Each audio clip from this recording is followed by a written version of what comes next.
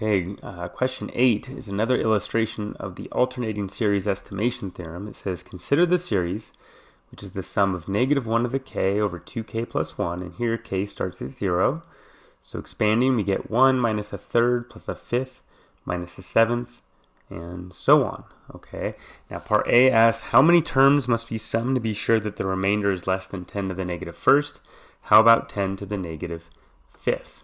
Okay, so we know from the estimation theorem that the error, which is the magnitude of the difference between the exact value of this series, S, and our approximation, which is this partial sum S sub k, is bounded above by the first discarded term, which is b sub k plus 1.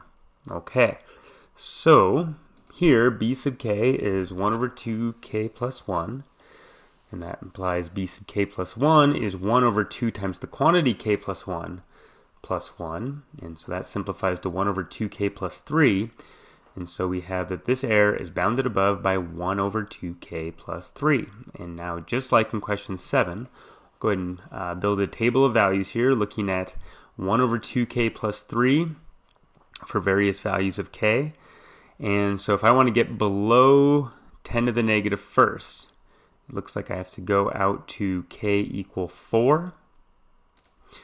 Okay, so if I want my remainder to be guaranteed to be less than 10 to the negative first, according to this estimation theorem, I'm going to use then S sub 4. Okay, now be a little careful here when it comes to the indexing. Okay, note that our index starts at k equals 0 for this problem. Okay, so when I say S sub 4, I'm not saying take the first 4 terms of the series. I'm saying, okay, sum up until your index k is equal to 4. If I plug 4 in for k, that's going to be 1 over 9, right? 2 times 4 is 8 plus 1 is 9.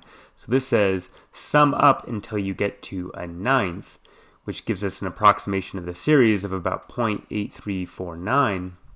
Okay, but again, when it says how many terms, okay, am I really using 4 terms? Well, no, and again, that's because this index starts at 0. We're really using 5 terms there. Okay, so in question 7, our index started at n equals 1. So there, okay, S sub 4 really was using 4 terms of the series, whereas here, right, S sub 4 is really using 5 terms, and that's because this is saying, hey, sum up until you get to k equals 4, but you got to include that k equals 0 term, okay? So watch out for that. All right, how about 10 to the negative fifth? Well, 1 over 2k plus 3, it does go to 0, but it goes to 0 really, really slowly. And we actually have to go out to 49,999. Okay, right at 49,998, we are just slightly above 10 to the negative fifth. So you got to go one more to fall below, and so that says we got to use the partial sum S sub 49,999.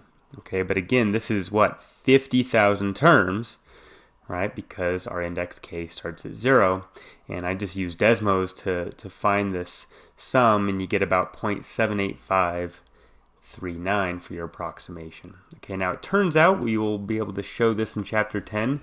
This sum, rather amazingly, converges to pi over 4, and that's about 0.7853981 6, so on and so forth. So you see we're getting a pretty darn good approximation from this partial sum here.